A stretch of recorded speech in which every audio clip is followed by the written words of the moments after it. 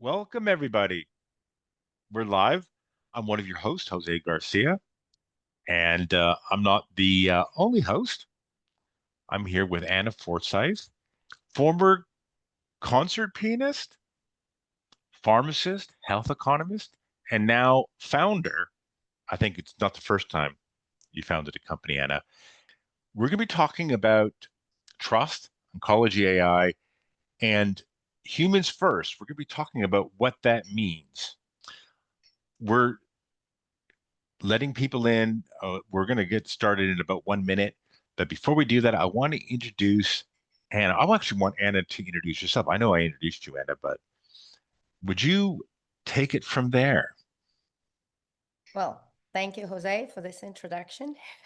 As Jose said, I'm a founder of Oncoscope-AI, which is a human AI hybrid approach to providing a decision support tool to oncologists.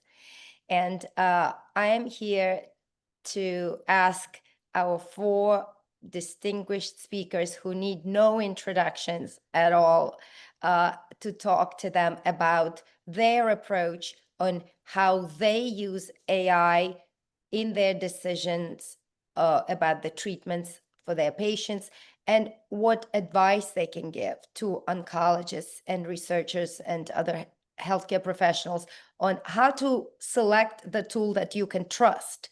What are those secret ingredients that should be in that tool that would help you trust the tool more and help you save time instead of waste the time with that tool?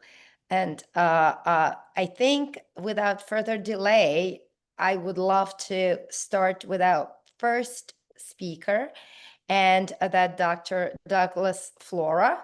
And I am sure that those who sign up for the webinar do know him and have seen him talking about his patients and oncology, and sometimes how he talks about various AI tools that he's very excited about, and we all know, so he knows how to use those tools.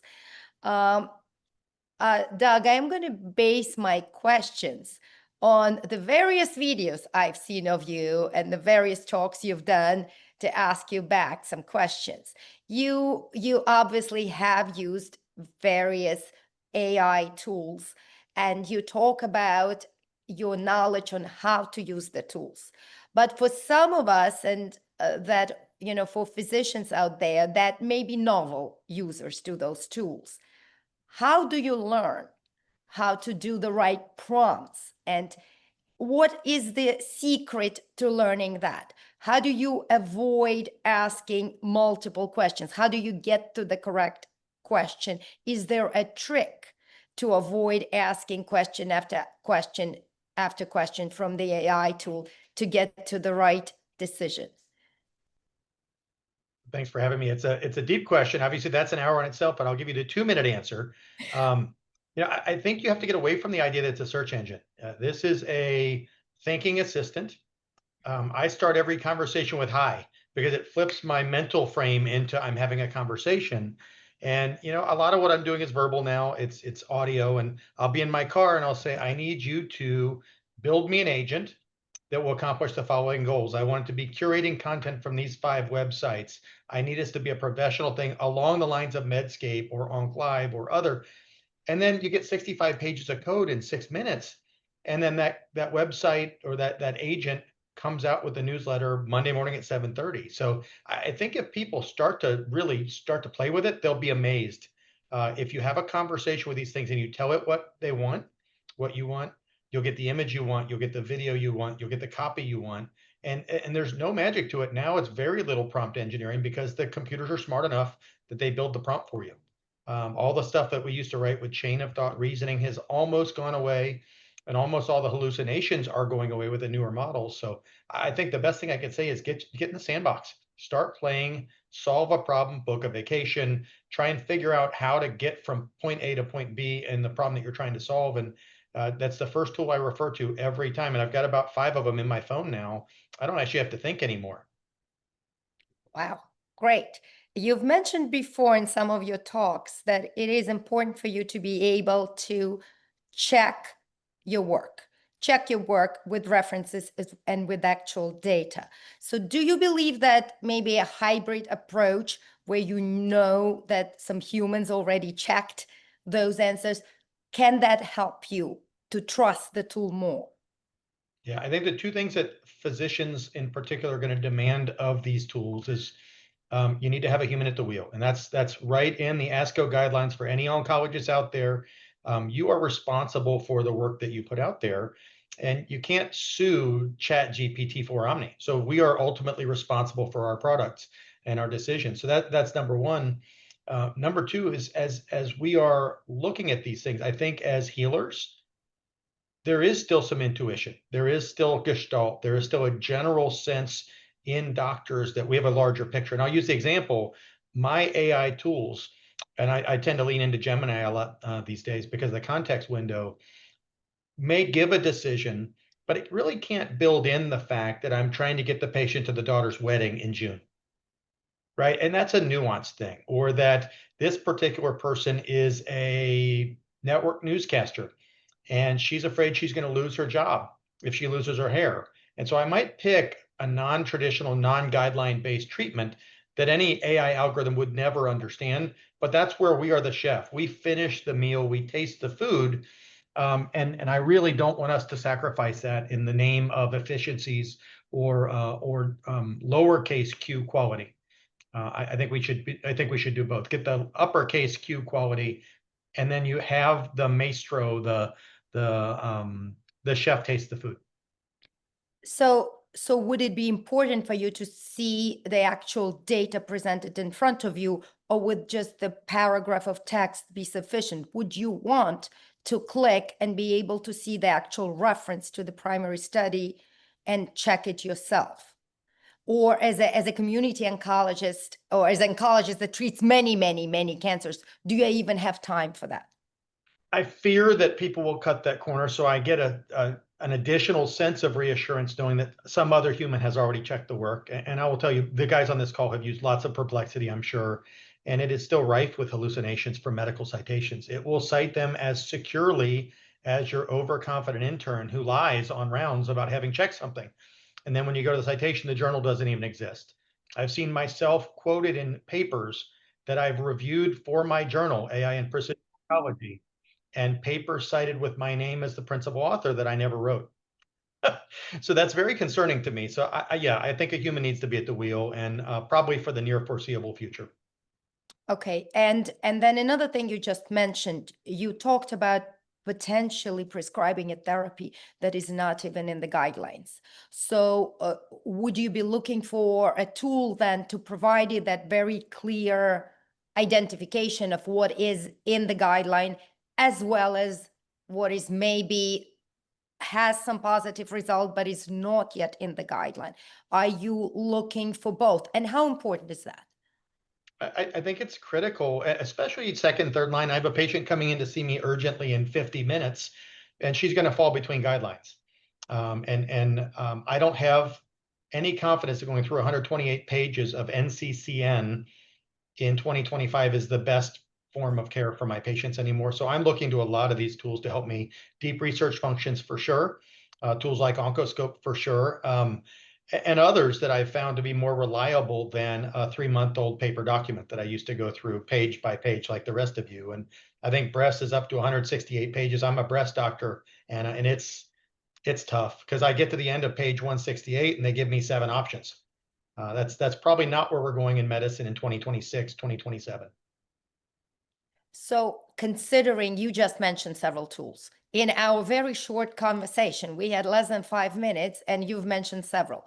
Is there a rule you apply to what type of question you would use which tool? Or is that something you would like to, because potentially you are obviously using multiple tools for different types of question.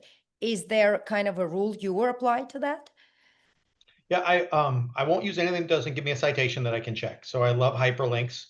So if you can direct me to the 3 papers that explained what you just told me about, I check the links. And I have built some pretty extensive prompts for myself on some of the models that I have sort of bastardized that myself because they didn't previously exist. And that's what I've been using for about the last year and a half. So I'm actually really glad to see some of these more validated models. And I've encouraged you and some of your colleagues that I want to publish this stuff in our peer-reviewed journal so that people can understand explainable AI and adding the step of the human at the wheel. I think it's a really important step, and I think that it's inherent upon us to be responsible introducers of this. And if you're on this call and if you're watching this, you're probably in that 2.5% early adopters. So it's up to us to get it right before the masses discover it in 18 months. And so I'm taking that charge pretty seriously. And that's what I'm writing about, is the responsible introduction to these tools. Thank you. This is really helpful, and this is a great opening to our discussion.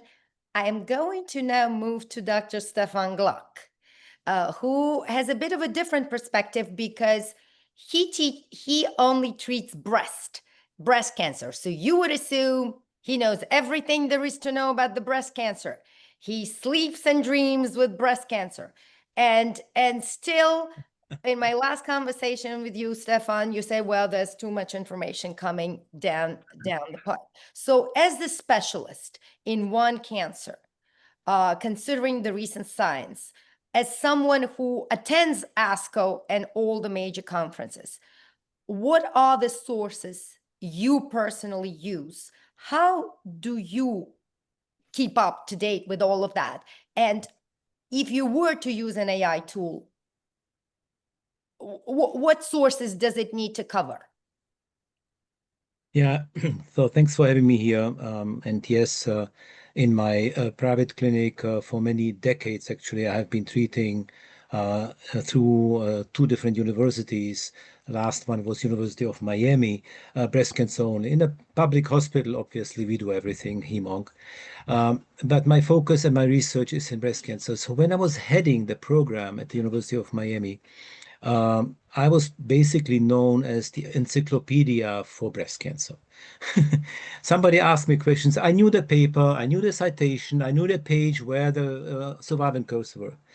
Now, in the meanwhile, things changed drastically.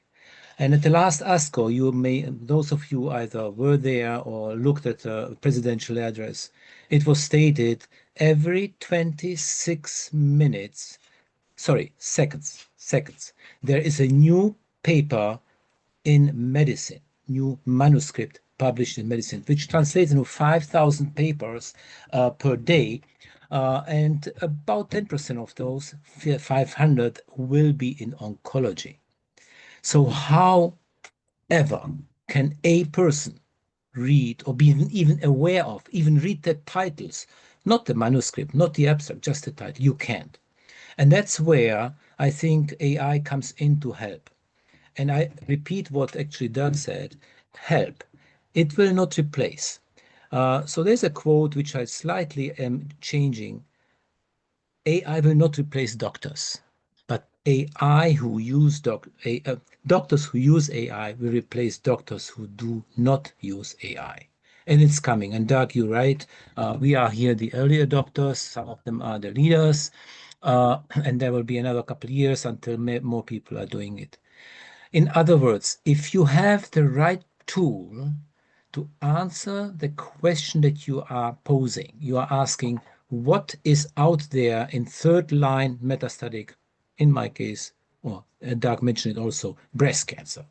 And then I will an answer within seconds, maybe half a minute, and it's okay. In the last week, last month, last year, there was 170 papers. Tell me what you want to know. And this is how we will very precisely get an answer. You and I, we will make the decision how to treat the patient, not the AI. They give us recommendations. They give us the papers. They give us the guideline. They give us the clinical trials opportunities. But I make the decision together after explain it to the patient with her or him. There's 0.7% breast cancer males. So that's where we are, and that's how I see it. It's a very important, necessary, and unavoidable tool that we need to curate.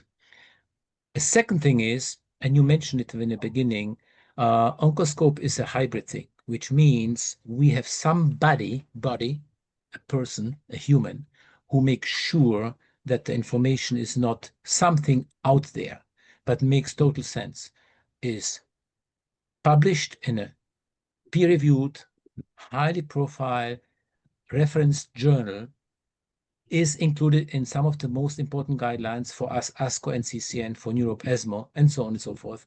And as you may know, there's about 1,500 guidelines in medicine and about 250 in oncology worldwide. So it's not so easy to know everything. You can't. A person cannot. And I stop here. Right. So just to emphasize that, sometimes these tools, the AI chatbots may provide you a reference. As Doug said, it's important to have a reference. He loves the links, to click on the links. But how important it is that when you click on that link, it is actually a primary reference and not maybe another review paper or, I'm sorry to say, Wikipedia. It could be, or I'm not even going to cover when the paper doesn't exist, but I'm talking how important it is that there is a human behind that checks and to make sure that it cuts through the noise and you only get the papers that are robust. How important is that to you in your work? Extremely important, because if something happens like to my question, there will be 5 or even 50, or let's say something in the middle, 15 references. I do not want to click on 15 references. I want to click on 1, maximum 2 that I know they are the correct ones. So the curation, the choice, the human selection to do the right thing will be for me important. And how do I know? Well, I need to trust. I need to trust this tool, which is combined AI with human curation, human decisions. And I can only trust it after I've seen a number of examples, maybe 5 examples, maybe 50. And over time, as we're using a tool, we trust it more and more. And now and then, those who are critical, like we all here are, we will double check. Is it really still the best answer, or can I just use something else and find something different? So you double, triple check, and then you become confident that you are choosing the right thing. Okay, and an interesting question, again, connecting what Doug said to what you said. Sometimes there is nothing that you could prescribe for the patient, or you're looking for something that is not necessarily approved or indicated. And you are looking for something that may be off-label or in the clinical trial. So would it be important for you to have it within the same structure, within the same tool? Because there's a lot of tools right now which are really great at what they call connecting patients to the clinical trials. But what I see is missing sometimes is looking at the early evidence, maybe in phase 1 in something, okay, it's not approved, but you're looking at the data first and then searching for the trial for the same drug. Talk a little bit about that. How is that process work for you? How would you make a decision to to try to look for a clinical trial for a patient? What is the process there? What are the steps? Yeah, so there are actually a number of questions you ask in your couple of sentences. So the most important one, the first one is off-label using. So off-label use happens if a drug is confirmed or approved for, let's say, lung cancer, and I know from phase 1 or phase 2 studies, smaller studies, 50 patients, there's a signal in breast cancer, so I would like to use it in breast cancer. Obviously, I will get a big pushback from the insurance, so I need some evidence to prevent the pushback or push back the pushback and say, yes, I know it's off-label, but it's already approved for lung cancer, and I have 2 or 3 papers indicating that in breast cancer it might help. Sometimes NCCN does it, and NCCN might help, but sometimes it does not. So yes, I would like to have this opportunity by, for example, Oncoscope, doing exactly what you just said. The second question you are asking is about clinical trials. Now, clinical trials are a 2-way street, actually 3 ways. Find the right trial to my or your patient, or the other way around, find the right patient to their trial.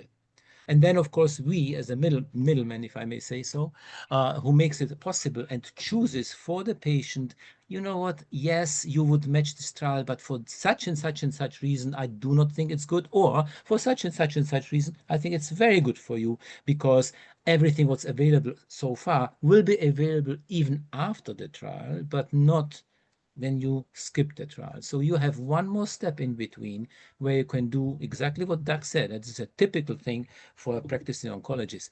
I want my patients, even if she has incurable and late stage metastatic breast cancer, to have an event done right in June. I think you said June next year, because the disease-free survival is the important thing. Overall survival, maybe she survives, but she needs to be disease-free and enjoy that event. Thank So you. I need the choice on the clinical trials both ways. Okay, I'm going to move on to our next speaker now, Saurin, and I'm gonna change the questions a little bit, because Saurin, you are a professor at an academic hospital, Yes. and you are responsible for raising the next generation of oncologists who are going to treat us. So I see that you are spending, I met you at a continuing education event, and I know you are lecturing a lot, you are teaching, and that's one, at least one of your passions besides treating patients, of course. So how do you see AI helping with that education of the new generation? Is there a role for these tools to help with that education? Because, as you know, the young students, they don't know, they're not like Stefan, they just need to know the new. They need to know the new and the old and everything together. And there's quite a bit. So talk to us about that. Yeah, thank you, Anna. Thank you for having me here. Very important question. And as Douglas and Stefan both mentioned, early adopters. Yes, there's early adopters on this call. There's early adopters in our audience, but really our trainees are some of the earliest adopters of anything AI or technology related. We're seeing this from medical students up through fellows. They are utilizing any and all AI resources in whatever ways will help them become more efficient, whether it's in the clinic helping with note writing, whether it's note taking when seeing patients in the clinic setting, or for helping to craft their presentations. And so what we're seeing is they are looking for any models that'll help them broaden their knowledge base, right? And so where I see AI fitting in is, rather than them going to the old textbooks, the Harrisons and the MD Anderson textbooks to look at what is, how do you work up colon cancer? What are the next steps? They're using AI to kind of craft out an outline for them. And, the resources that were mentioned, ASCO guidelines, NCCN, they have all that in there, but it is a bit cumbersome to have to click through each specific type of cancer, each subset, each stage. And so AI tools can help collate all of that into a algorithm that the fellow or resident can then utilize to kind of create a framework in their minds as to how a certain cancer type is worked up. Secondly, in terms of staying up to date on the latest research, as Stefan mentioned, there is just so much data coming out, so many trials resulting, so many newer drug indications across oncology that now is a time that it's a very exciting time to be an oncologist, but it's a very daunting time to be an oncology trainee to try to keep up with that. And so that's where those AI tools come into play in terms of reviewing, say in the last 3 years, what have been the highest impact studies that have come out of lung cancer. That's how they can kind of stay abreast of that. So how important it is, you believe, that these tools based their outputs on a systematic review of the evidence to provide you kind of a comprehensive picture versus what most chatbots do, which is providing you one-off kind of answer or may not be a complete answer. How do you feel about that? Is that important? Yeah, I believe it's very important, especially from a trainee's perspective, as they're trying to, create their foundational knowledge, right? They need to have understood all the data and evidence that's kind of laid the groundwork for what we currently do in our clinical practice, and then build on that to integrate all the newer things that are coming. And so an AI tool that integrates guideline-driven data, that looks at what are long-established kind of pathways, would be more meaningful, as you mentioned, than kind of asking a tool that gives a one-off, well, here's this phase 2 study that we saw for XYZ. That may not be more meaningful. Do you believe there is a potential role of AI in CME? Because there's so many meetings every week. I see on LinkedIn, there's announcements, at least 4 meetings going in parallel, and so oncologists have a lot of opportunities to attend these amazing all day long, 2 days, the weekend, spend the weekend and learn what was best at ASCO. In case they missed the ASCO, they have best of ASCO, they've been told. So is that sufficient? And do you think AI still can help in some way? And what would that be? What would be the imaginary magic tool that helps with that? I think an AI tool can help play a role if it's curating the CME program or helping to curate with that human component on the content or the program. So for example, I do primarily GI cancers. If I wanted to give an update talk on colon cancer updates for the last year, right? I could utilize an AI tool similar to Oncoscope, where I could query, what has been the latest updates from GI ASCO, General ASCO, ESMO GI in metastatic colon cancer. And if that tool can help outline all that, then that can help me craft a more efficient and more effective presentation. Okay, and as an oncologist who has to do, I've heard, recertification all the time, how do you feel about using chatbots to help you answer, or maybe not you, maybe you don't need a chatbot, okay, on your side. But I meet a lot of doctors who come in and said, I'll use the chatbot. It's really great to helping me answer that. Because I've had talks then with nurses and with patients, and some of them said, oh my God, I am horrified if my doctor is using that.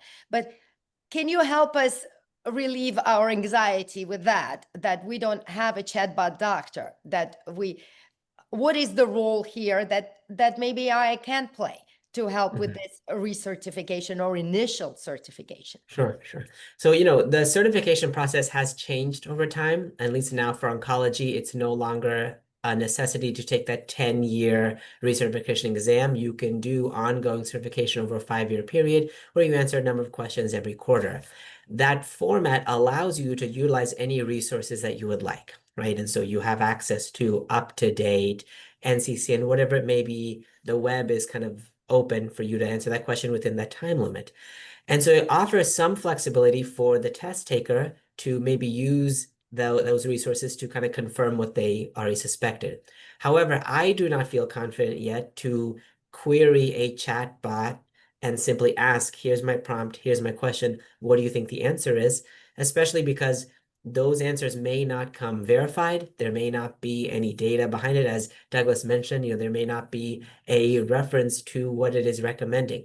And when you're going for recertification and have to pass this exam or this exam format in a certain amount of time over a certain time period, it probably isn't worth the risk of doing that. And then at the end of your 5-year period, realizing why I didn't get enough questions right. So the resources such as up-to-date guidelines that are human created and human verified, I think at this point from a education standpoint are more valid and maybe more effective than simply asking a chatbot for a response. Well, thank you again for that. With this, I am moving to our last speaker, and then this would allow us to then ask everybody follow-up questions, because I am dying to ask whether the Doug has very special prompts that ensures that someone can pass their recertification in a fly. Okay, a magic, how to do that. But I would like to get to Jacob. Jacob, I love your posts on LinkedIn because I always read them, and I've told you, I read them and I said, I should have said that. That's exactly what I was thinking. I just can't put this on paper.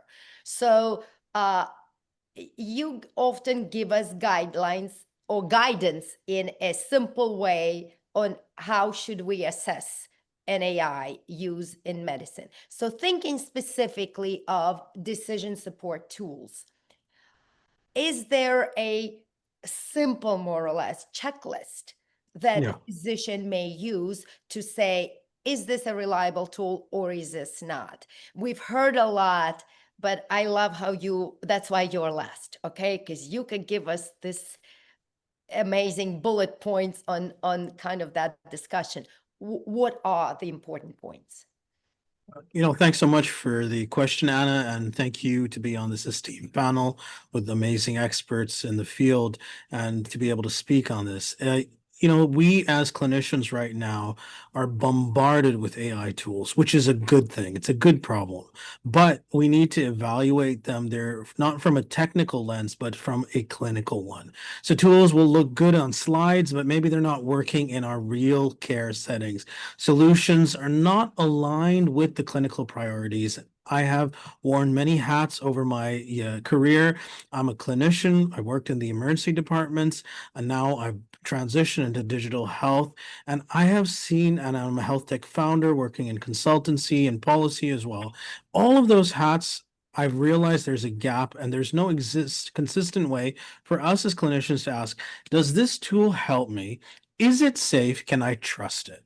Because we talk about model architecture, but not about our usability or context. So I put together some things for myself that I thought, okay, this will help me go through it. And especially it's important for CDSS, clinical decision support systems like Oncoscope-AI. The core principle I would say is you start with the clinic, not with the code. So Anna, you have done amazing work with Oncoscope-AI, and that brings me to the first point. Is this solving a real clinical problem? Is this something that we spoke about? Like now, many of these expert oncologists have come on and they have spoken about pain points that they face in their day-to-day practice. Whether you're a community oncologist, where you're an academic oncologist, is this solving a real issue? Okay, who is the user that this is designed for? Is it designed for the oncologist, for junior staff, researchers? If we see a mismatch between tool and user, this will lead to failure. Many tools put on the label of AI, but what exactly does the AI do? We as clinicians, we may have had a basic understanding, but that is transitioning very fast into understanding that not all AI is the same. There are tools that do very advanced understanding and comprehension, and then there are tools which are just simple rule-based aspects. So what exactly does the AI tool? In this case, is it summarizing evidence, suggesting treatments, or is it just retrieving literature and helping us filter it? A key aspect that I look at, and that is key in any aspect, is the data provenance. Where is the knowledge coming from?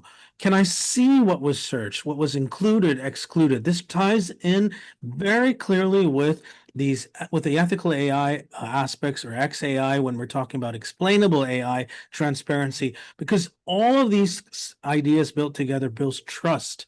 And another key thing is the human oversight. There are different ways of saying it. One of the speakers said human at the wheel. We hear this in different ways: human-centered AI, human in the loop. In this case, within the WMA, we're looking at the term clinician in the loop, oncologist in the loop, in your case, in the CDSS. Who are those people? What are they doing?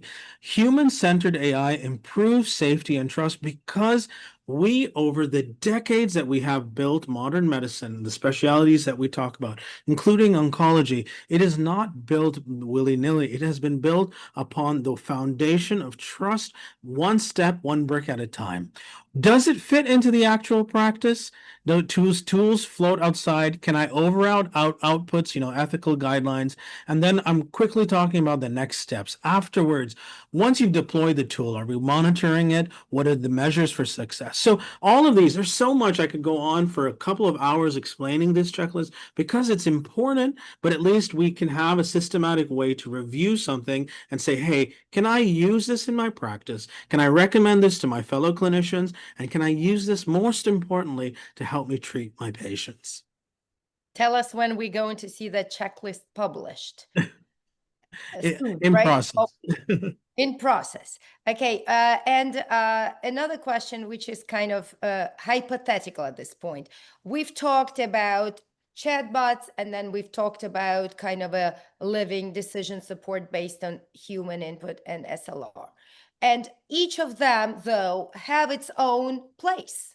You know, I have heard you talk about that currently. Why is there an attraction to chatbots, despite the fact that we know they're potentially not the ultimate decision support at the end, maybe not references. Can you talk a little bit about, though, what if, do you believe there is a universe in which maybe those two would merge together? And what would that look like? What would that ideal tool look like that would have maybe a chatbot and maybe also have a human in the loop, a futuristic look at this? What is that?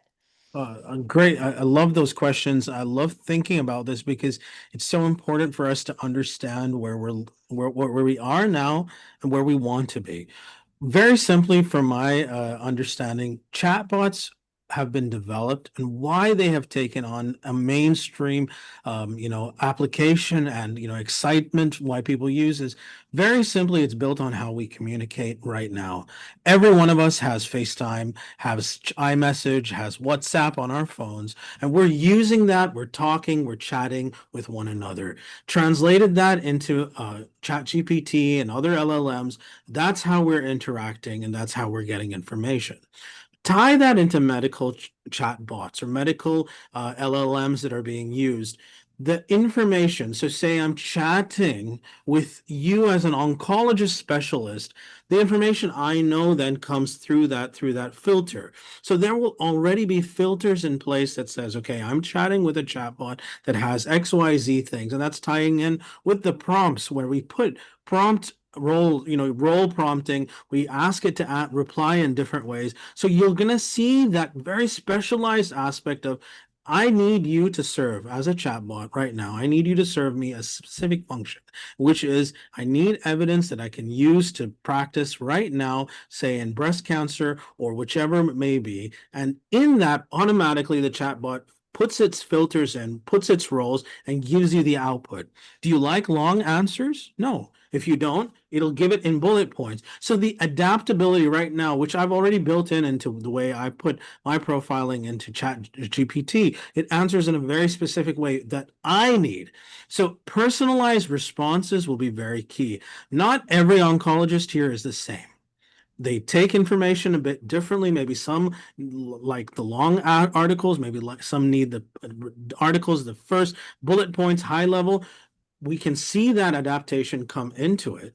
And then, as we say, human-centered, at this stage right now, which is so key, and I completely agree with one of the speakers said before, which is why it is essential that all of us as clinicians, beyond just oncologists, demand that these tools have that human-centeredness right now, because not just because of the fancy things that are being involved or being scared for our future. No, it's about making sure we build trustworthy tools that will help us, because we know the revolution is happening right now and we will embrace it, but within the guidelines. So talking about the future, I see tools that have been very much validated and reviewed with outputs in the same way and personalized for use for Doug as the oncologist, for Dr. Stefan as the oncologist, for Dr. Saurin, specifically personalized in the way that they need it. And then there will be other aspects as well.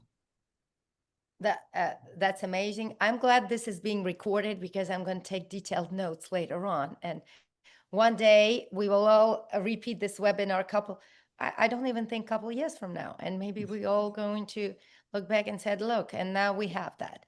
Well, thank you. Thank you very much for this. We are going to go on now with a short demo. I'm going to show everybody the Oncoscope. What is this? The tool for those who haven't seen that. I hope I can share my desktop. You let me know if that's okay. It's working. Say yes, it's working. And I'm just going to do a short demo and then we're going to open it to discussion. really about the further questions and follow on.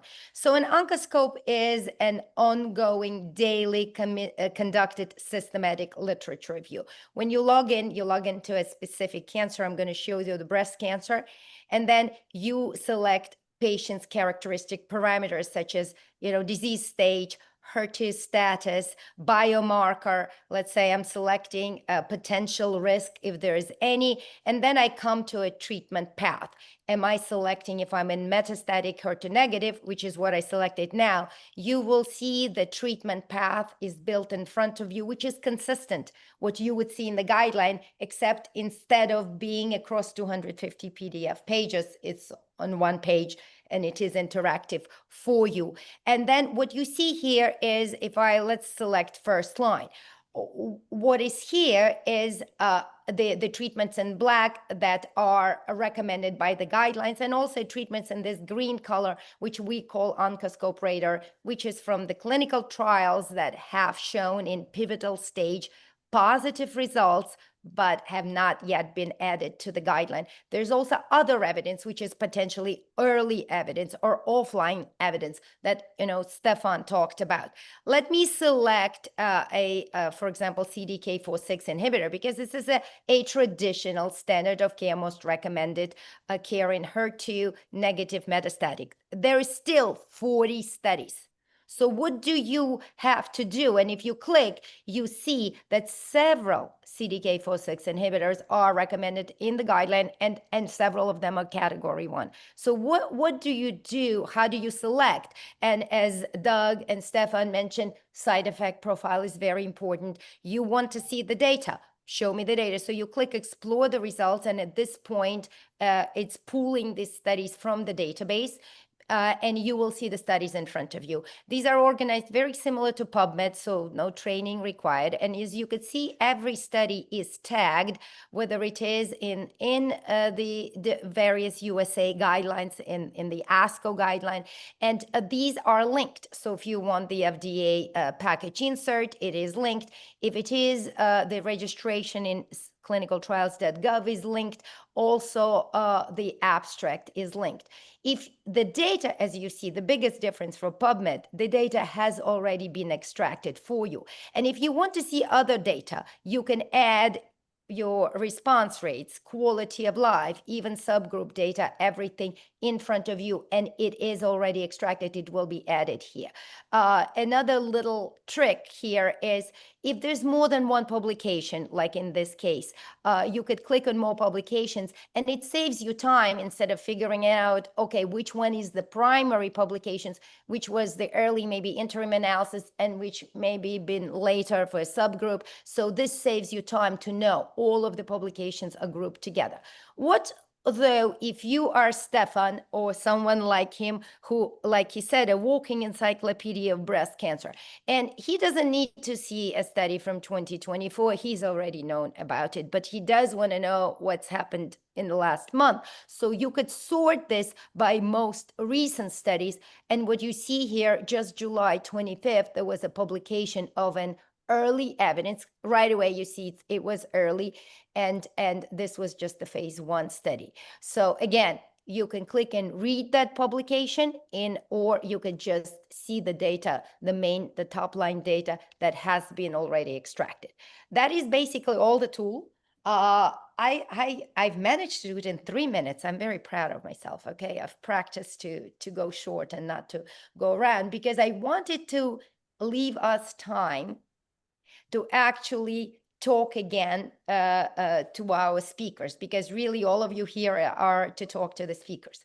And I want to bring in Jessica Regge, who is Oncoscope's Chief Medical Officer, to help us. She's been processing all of your questions in the meantime and figuring out what is she going to ask. I'm going to give the mic to her and let her ask our speakers follow-up questions. Thanks, Anna, and thanks everyone for the great insights you had. I'll start with you, Jacob, with a question. I'll give you a little bit of premises. In your wonderful checklist, I got data is central, and human at the steering wheel is really important. And we talked a lot about those humans being you guys, the oncologists, right? Treating the physician. But what about humans ensuring that the right data is present within these databases? So can you talk a little bit? Is a human person having advanced degrees important to be able to ensure that you have the right data? Jessica, thank you for asking one of the key questions, because when we say AI, there is no discussion about AI without talking about data. Data provenance is key. And so there's two options that we have, and we have to be realistic. The first option is wait for a perfect data set, fully representative, clean, global, having all of the necessary things that are built in. I'll be honest, that doesn't exist. We inherently, unfortunately, have our inherent biases as people that is built in and that comes in. The second option is using existing data sets, but building the trustworthy systems on top of them, which is where we as humans come in. Because we know no data set is truly bias-free. The risk isn't the bias, it's the invisibility of bias. So this is where humans should be asking, who is underrepresented? What settings are absent? Are we talking about, is this been from just an academic setting, or has this been used in rural LMIC? What about specific ethnic groups? Be honest about these gaps up front. And then flagging the uncertainty. If a model hasn't seen enough data for a certain group, say so. This builds in confidence levels, and they add disclaimers. You know, we can stress test, even with small sample sizes, measure performance where it matters. Don't just report, average AUCs, show the stratified results. So where we talk about human in the loop review, we're looking at this, we're saying, okay, are there version controls happening? Audited trails. Do we as physicians have the right to override? Say an output comes in and we say, no, I don't want this for XYZ. Can I report that back? Is there an escalation process? So we don't need perfect data. Not that we don't need perfect data, we don't exist in a world with perfect data, but what we need is transparent models with the clinical oversight and the humility to say, here's where the tool is working and here's where we're still learning. And this is why we cannot go away from human-centered AI right now. We need those guidelines and those boundaries right now so that we ensure the safety for what we deliver to our patients and that we can stand on what we're saying there. No, thanks. And I think, when we look at all of these, I think we really need to be looking at the data and the sources. And that kind of leads me to my next question. So Douglas, I'm going to put you on the spot. You talked about using AI to book a trip and really just getting in and getting some experiences behind AI. Now, I'm sure you've used the tool that Anna just demonstrated, Oncoscope-AI, and or even other tools. But can you tell us, other than a decision support tool to help you pick a therapy for your patient, what are other ways you can use Oncoscope-AI's tool that you see, maybe beyond just that decision support tool for your patients? I assume you mean beyond completing my MOC questions for my board certification? Yeah, anything. Could you use it for a board certification? Of course you can. Of course you can. Yeah. And the danger for Oncoscope for a board question is probably the board questions are out to date, and you and your team have loaded things Friday night at 8 o'clock that will not be represented in the board scores. So that's a little dangerous with the newer models. As they get more and more up to date, they're ahead of the question writers because the data changed in June in Chicago. In serious note, I think that the things I was alluding to, the 168 pages of breast stuff, and Stefan and I are both breast doctors. I find that unwieldy. I find it outdated. And so when I see tools like this, where the references are available and it's 2 clicks away from me actually getting to the paper that I'm supposed to read, I think it elevates our game. And I will say I'm as guilty as anyone as a busy person, and I'm only in clinic 1 day a week these days because I'm a pseudo doctor now that I'm an administrator. A lot of my medical knowledge is now coming from the ASCO Post or the ASCO Daily News or the things that are getting mailed to me because it's available, and I open it on the table in my kitchen as I crack my first beer or I pour my first wine on a Friday night. And that's not how I used to learn. I used to really sit down and study exclusion and inclusion criteria. And I feel like since these tools have made that more accessible to me, I'm moving back to the good side of being a good doctor. And I'm reviewing these things more critically. So I will say, as editor-in-chief of a journal, been really impressed with the quality of the tools that I'm able to review. I get to read about 40 manuscripts a month for peer review, and the tools are getting there. They really are. And I credit you guys for the work you've done.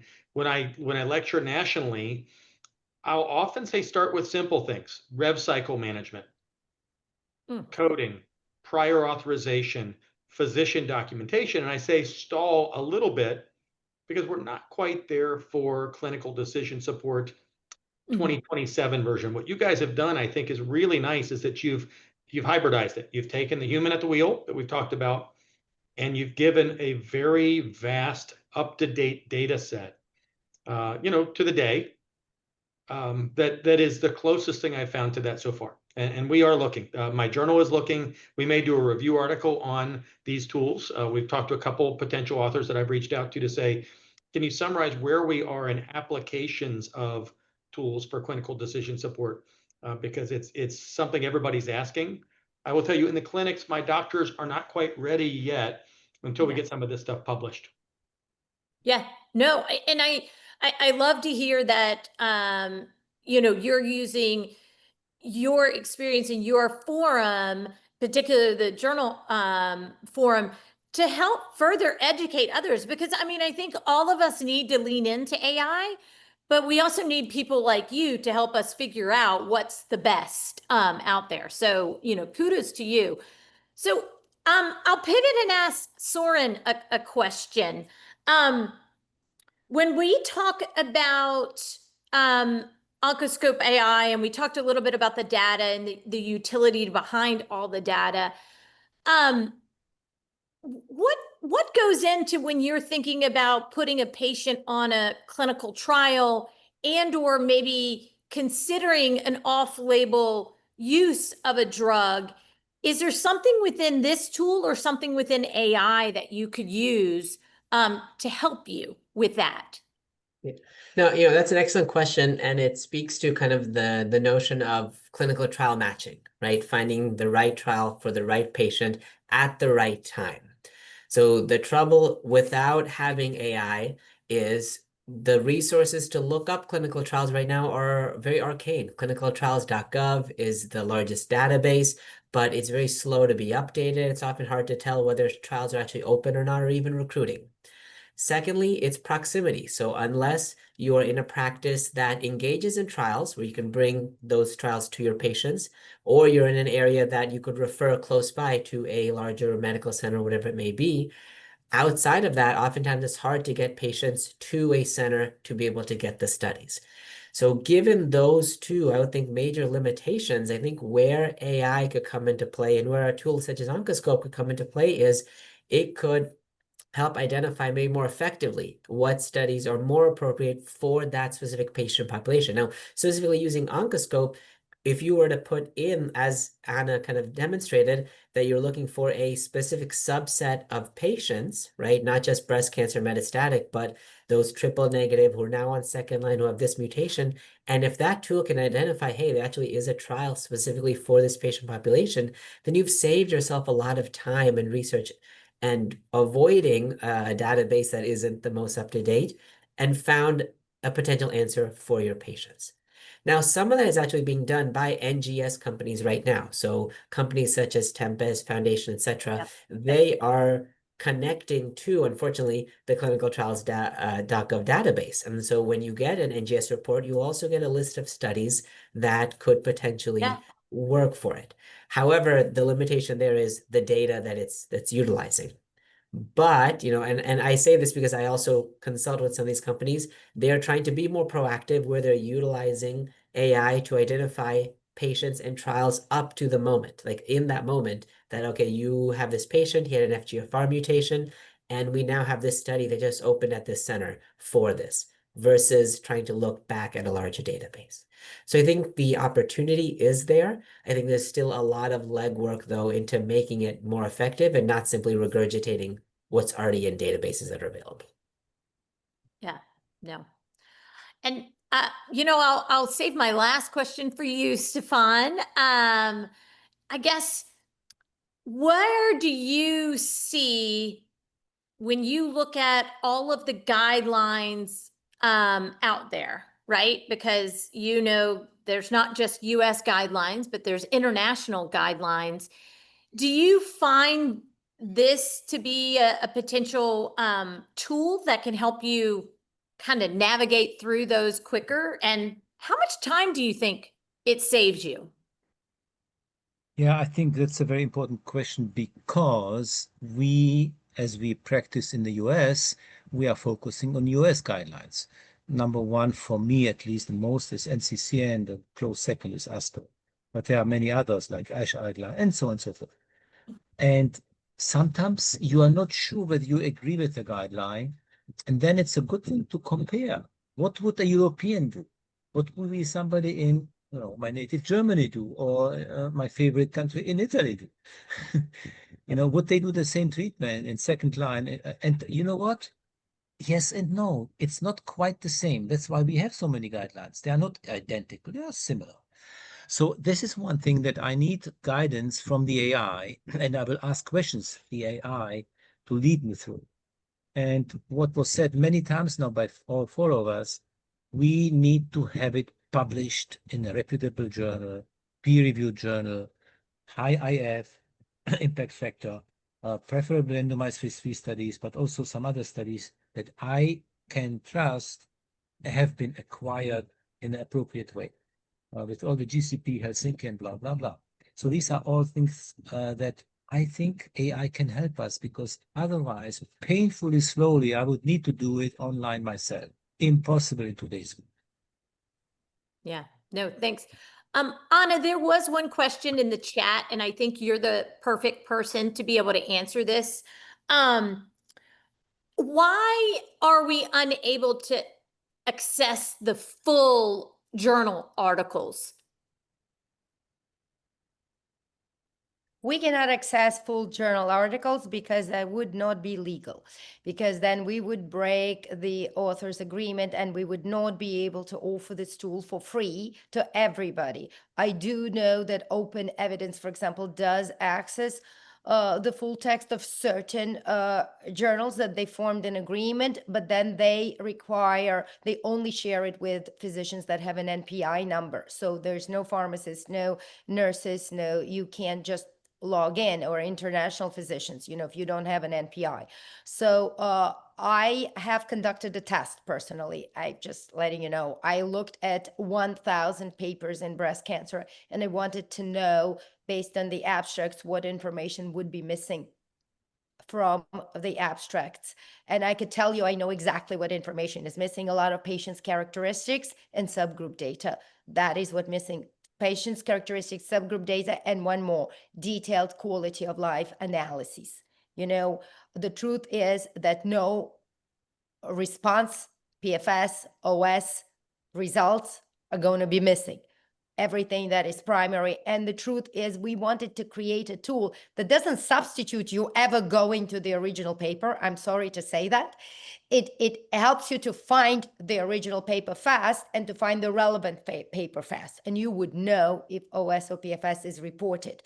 We have not created a tool that helps you not to read the paper, okay? You do have a link to the paper. We are speaking currently with several academic institutions where we would link this tool to their library. They have licenses to library, and then we creating custom, but this is one institution at a time. And if you happen to be the lucky person who works for that institution, you will soon be able to have a tool that gives you access to full text as well, and it is a seamless way. But it is not a technical issue. It is a legal issue right now, which, by the way, we do hope to be resolved on a level much with much bigger companies than us, as OpenAI is in this litigations right now, and I hope not to be involved in those litigations. Yeah. No, thanks. Yeah. We're going to start the after party soon. Yes. Do you guys want to wrap up and thank the audience? By the way, I want to thank all the speakers. Anna, do you want to start wrapping up the event? Well, I just want to thank everybody because I think it was the most exciting discussion, and I think it's a needed discussion. And I do hope that our listeners and those who will watch the webinar would get some points on and get more excited, and we get more early adopters of wanting to try the AI. And I hope I may say that they can reach to these speakers. You're all findable people, easy to find on, and to get some further pointers on, and we are all waiting for those papers from Doug that he promised he will publish to tell us which tools are great, and the paper from Jacob, who's going to tell us what is the checklist. So we thank you again for that. And we're going to start the after party in about 1 minute's time. And we're saying goodbye to YouTube. This is where we clip the webinar for the recording. Thank you very much, everybody. If you want to stay for the after party, please do so. We're bringing people on to the to speak on camera. Thank you very much, everybody. Thank you. And it's going to take a couple. It's going to take about 1 minute for people to come on. Are all the is everyone staying for the after party on the panel? I can stay 10 minutes. I have a patient outside of my door right now. I do have to step away, but thank everybody. This was good. Really good. Yeah. Thank you so much for your time. You bet. Okay. Thank you, Dr. Flora. And while we're getting people coming on, it takes them a minute. Can I ask a question? Oh, we've got people coming. We've got a couple of questions from the audience that we didn't address. Sandra Warren, maybe this is for you, Jessica. As we continue to explore the role of AI in oncology, I'm curious about how it's currently being integrated into clinical research, from protocol design to patient recruitment and outcome prediction. What are some of the most promising ways AI is being used to accelerate cancer trials? And can we ensure these innovations translate into equitable and effective treatment options for patients? Is that something you can speak to, Jessica? Yeah, no, I think we hit on a couple of those aspects through the various discussion points, but yeah, beyond having tools that will, if you ask it a question, let's say within a chatbot, or even as Anna showed with Oncoscope-AI, where you can actually go through a treatment pathway. I think there's other ways we can use AI that we talked about, right? We could use it to identify clinical trials that are potentially out there, and where those trial sites are for those potential patients. And I'm sure some of our even panelists might use AI for that if they have a very particular patient with a particular, as we talked about, biomarker, like with the foundation panels, and it says you have an FGF mutation, and here's these 5 studies that are out there. Then they can go use AI to see what centers maybe have those trials. So we touched on some of those aspects. I don't know if anybody else has anything to add, but I think identifying potential trials, identifying where those trial sites are, and then identifying any new data associated with those trials. Maybe the phase 1 data is published, but the phase 2 is the trial that you're sending them to. All right. And I have another question. How do you see AI helping to bridge gaps in clinical trial diversity and patient access, especially in oncology studies where representation and recruitment continue to be major challenges? Yeah. May I? Go ahead. So we know that in the United States, about or less than 4%, I repeat, 4% of all patients are on clinical trials. And representation from some variety of ethnicities and minorities is even worse. I'm not, I will not single out others, but we at the Miami, we have, published a number of manuscripts, not only which ones are underrepresented, but why. And I think we have been pretty unsuccessful to overcome this problem. I see a huge opportunity now.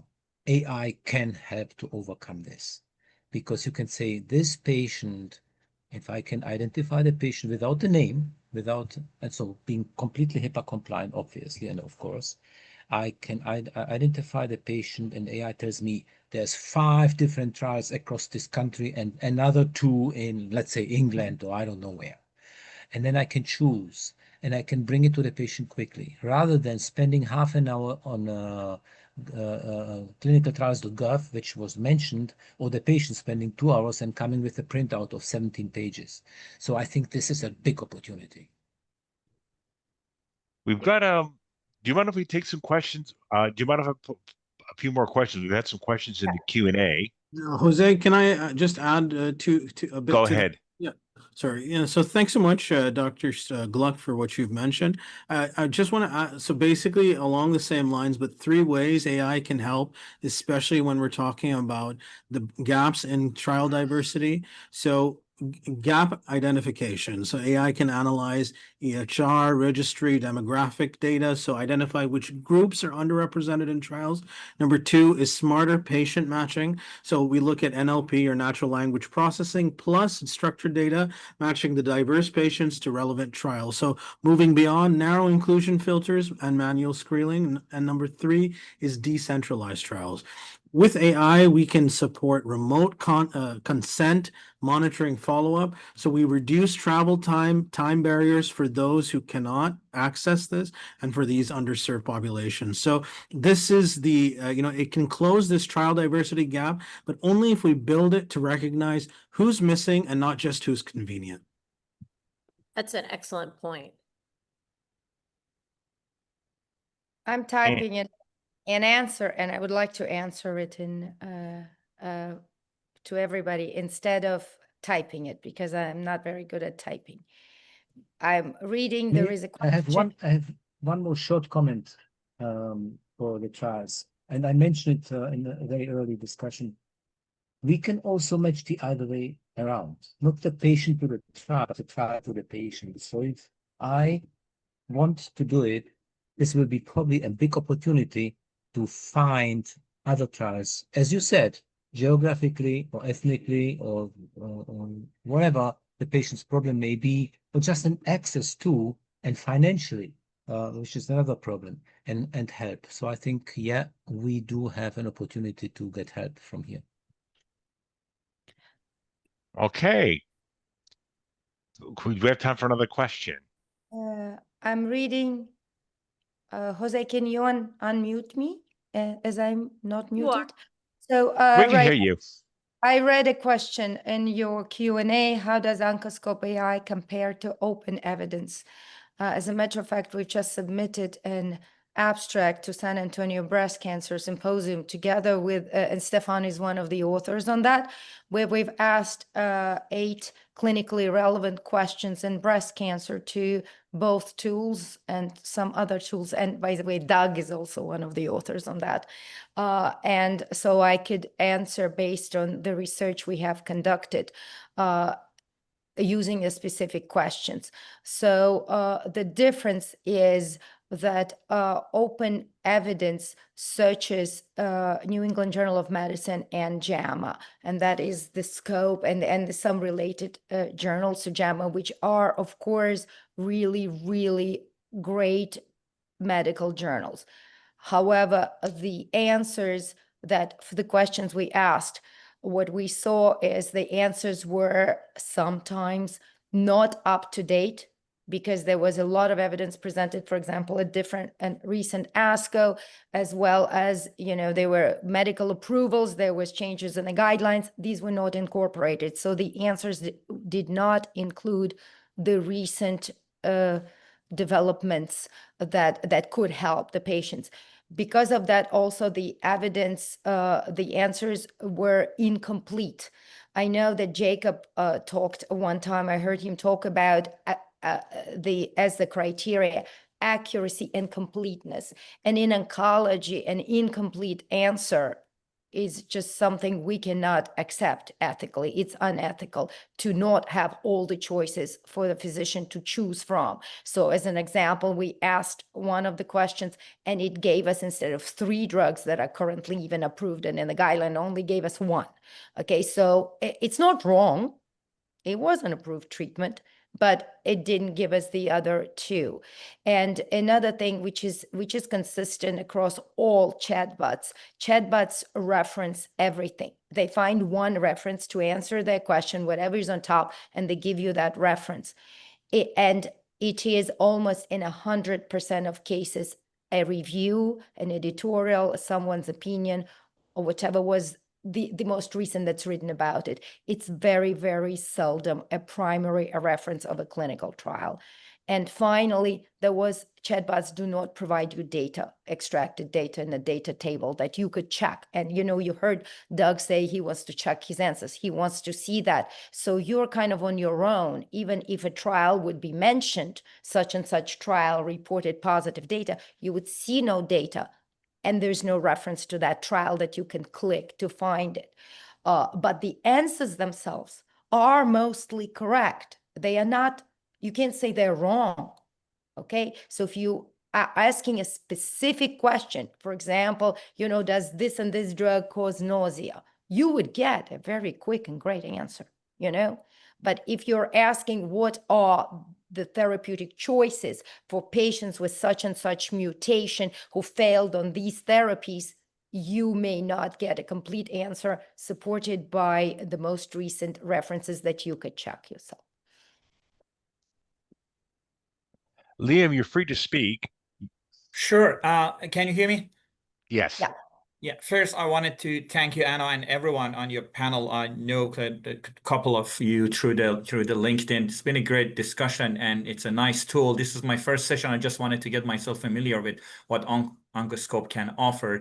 My question is, I just want to make sure I understand. So can we ask question like how we ask question from the chatbot through the Oncoscope? And if not, how can we, I personally think that can be useful in a limited time of the clinic, just have it as an option. Absolutely. And why it's not something that you think might be helpful or may not be appropriate for that? I can answer very quickly. Why? Because we're a company of 12, soon to be 15 people, and we haven't gotten to that. We just launched at ASCO. Okay. That All is a very, I agree with you. I 100% want to do that. And we are working on that. But so far we released 1.0 at ASCO, then 1.1, 1.2, then iPad version. We're going at a speed. I'm working 7 days a week with Jessica, but can't get to everything. Sorry. Right. Congratulations. You're doing great. We Yeah. will be there. We will be there. Just not yet. Yeah. So many congratulations. Thanks. And to Anna's note, what we're trying to do is get all the tumors out, and then we're going to add hopefully additional enhancements, such as what we just talked about, because we believe it's important to have as many tumors out there to help you guys first. Yeah. And since I got this chance to talk, I agree with Stefan. I think it would be nice to have some sort of peer-reviewed, top journals, or let's say 20, 30, how many it can be, just to have the search first, maybe based on that. And if someone wants a more depth or, more like a rare cases, looking into the second series of the database. I'm sure you guys are thinking about it this way too.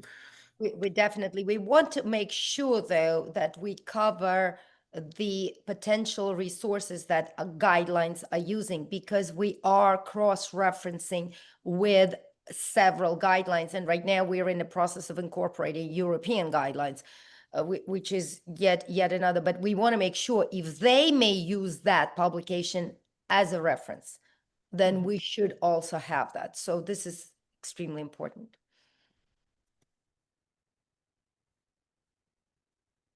We have another question. Might have missed it, but what is Oncoscope's business model? Everybody wants to know how are we going to spend money. Okay, I'm going to have to give you some bio. Okay, I'm a healthcare economist. I had 25 years in pharma, and then I had a boutique company in health economics, which I sold, lucky for me, for good money. And then I have decided to spend my money to change the world. And I know these are big words, but that's the truth. I have several friends that are suffering from advanced cancer. And what I see is that sometimes their physicians are not prescribing to them what is most recent or what is even in the guideline. And it hurts me. And I started with, I would say, trying to inform one doctor at a time. And then I realized I'm not going to get very far with that.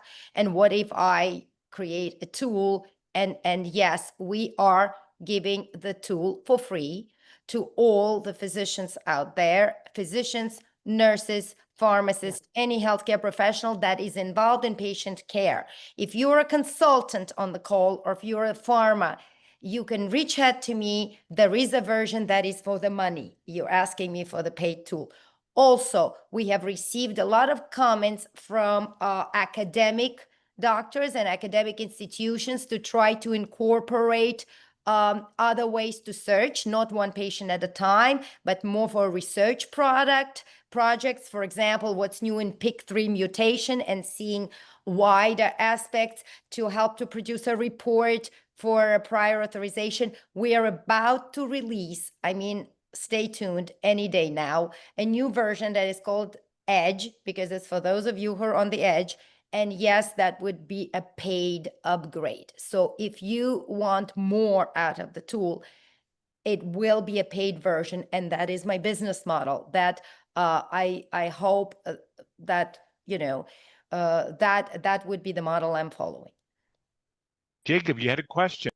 Not a question. I just wanted to say thanks. I have to sign off. But I wanted to thank you so much for organizing this, Anna, for having me on along with the other panelists. Just want to say, it's amazing what you, Anna, Jessica, the Oncoscope team are building, especially as a founders in health technology, to build with purpose, with humility, with the idea to solve a real pain point. And this is the way that we build the future for AI. So kudos to you all, and thank you for having me. Thank you. And I can only Hey. echo. This is fantastic, and I agree with you, Echo. Sorry, I have to also sign off, as I mentioned. I'm already a bit later, but fantastic. Congratulations. Thank you very much. Thank you. Well, Anna, we've answered all the questions. Great. So Everybody can reach me in any way. They know how to find me. And always leave when you're still having fun. yes. Thank you, Saurin. Thank you very much. Thank you so much. Nope, happy to be here. Thank you all. Take Bye-bye. care, everybody. Have a great Bye. day. Bye.